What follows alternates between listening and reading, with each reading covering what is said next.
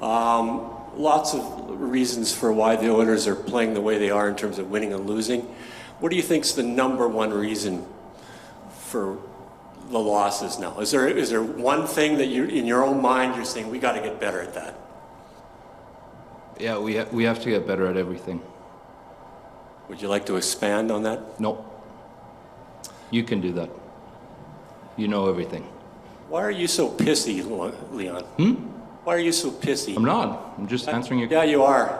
Whenever I ask you a question. I gave you an answer. Not very good one. Okay. Well, I have one more for you. Leon, you show your frustration on the ice last game against Ottawa. Is that a good thing when you show it so the other team knows you're frustrated? Yeah, it's a great thing, for sure. Good. Yeah. Tonight? Yeah, we played a good game. We know what we did. Is it frustrating to still come away getting nothing on the board? No, we know what we did. Tim Taylor was talking about he feels you guys still gained a little bit of momentum because of the way you played. We know what we did. We know what we did. What did you do? Next question. What did you do? And you know what you did. What do you think you did? Brooksy, if I wanted to explain it to you, I would. Next question. What do you think about Bordeaux's play tonight? I don't coach Bordeaux. I coach this hockey team in Tampa. Joe's decision to dress Rust Ruslan, and was that pre-planned going in? To dress him? To dress him and not play him? No. I got into a flow. I lost him in the first period, and that's what happens. When you don't play well, that's what happens. You get put on the outside, and I lost him in the first, and so I just didn't go back to it. What's the mood amongst the guys in the locker room? Good. What was the exchange from McLean? Your exchange? What's that? John McLean. Johnny McLean? Yeah. You should ask him. Are you answering no questions or what? I guess that's what I'm saying, Brooksy. You get that through your head? I guess so. Yeah. I mean, it's kind of a waste of time. Oh, then get the fuck out of here then. I am. Okay, see ya. Next question. John, when Bobrovsky is playing at the level he's playing at in the series, do you feel like that's a challenge to you? You have to raise your game? I don't give a Why not? It doesn't matter for me. I'm doing my work. He's doing his work. Mike Sielski, you're on. Go ahead. Yeah, this question is for Jake. 2 games in, Jake, how different does the season feel, if at all, given the circumstances of the offseason and the condensed schedule and everything?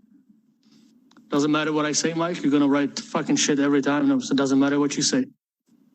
Yeah, it feels different. I mean, we got 4 points after the first 2 games. I wasn't even going to answer your question because you are such a weasel. It's not even funny. Next question.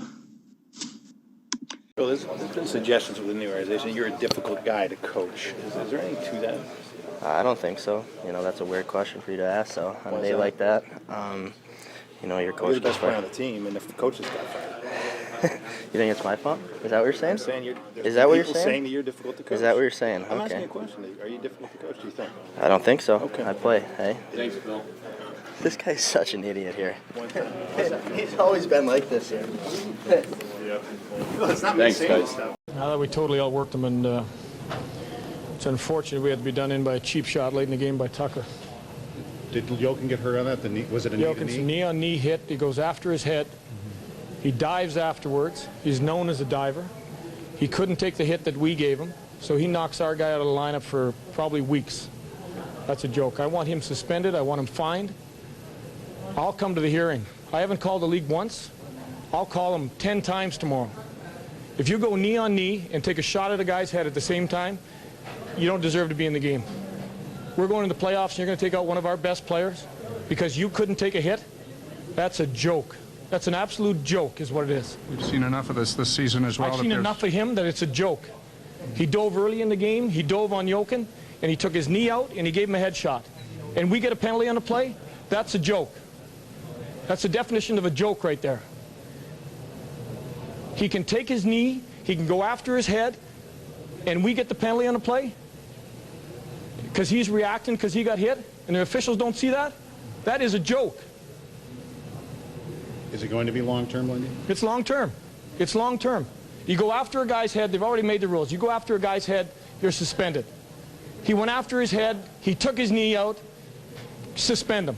Get him out of the game. I've had enough of that. It's a joke is what it is. What feelings mutual? Perfect. I want you out of here. Nobody likes you. Nobody respects you. Okay. Just so you know. At least I'm leaving here with the respect of my teammates. Instead of somebody like you that tries to bury somebody. That's all you do.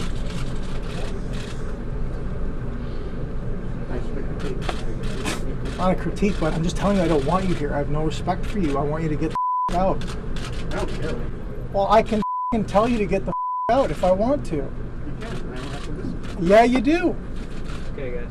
I want him out, and the other clown, Brett, or whatever his name is. Where's he at?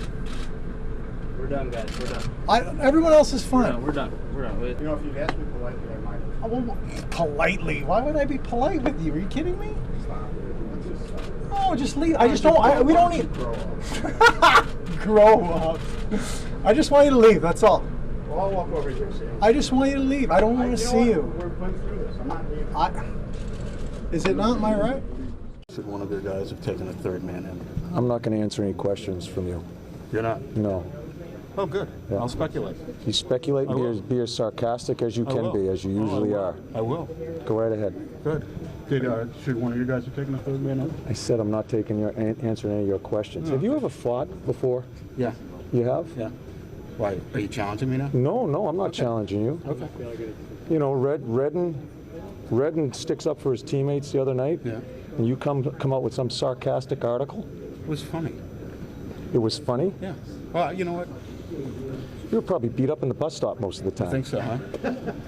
Next.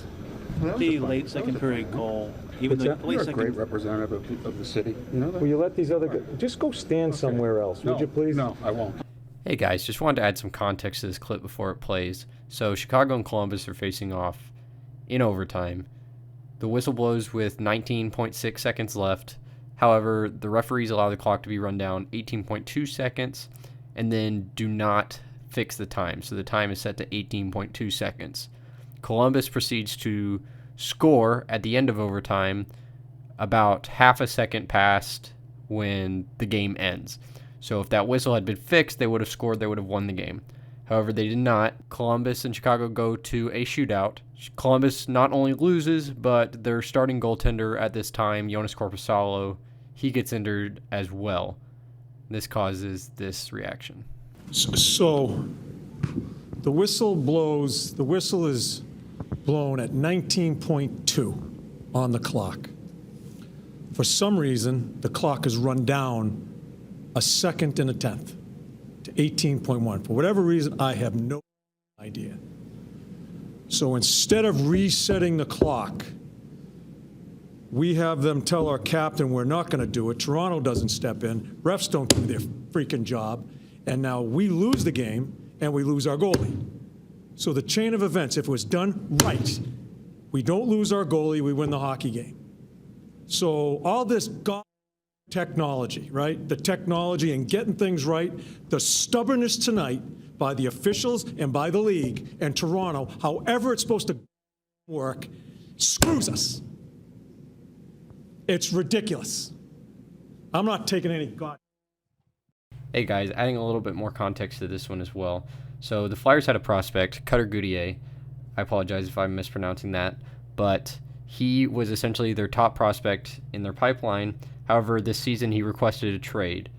So there's a lot of speculation from Flyers writers about why he requested this trade, and one Flyers writer wrote that Kevin Hayes, who had been a member of the Philadelphia Flyers in past seasons, did not really live up to his contract, was supposedly bitter, according to said reports, that Kevin Hayes had motivated Goudier to leave the organization. This was, however, proven to not be true and just something that was made up following his trade, and this is the reaction. Is the guy here, the guy here that caused Kevin Hayes a problem? Yes. You? Yeah. Are you kidding me? Do you think Kevin Hayes is going to do something like that?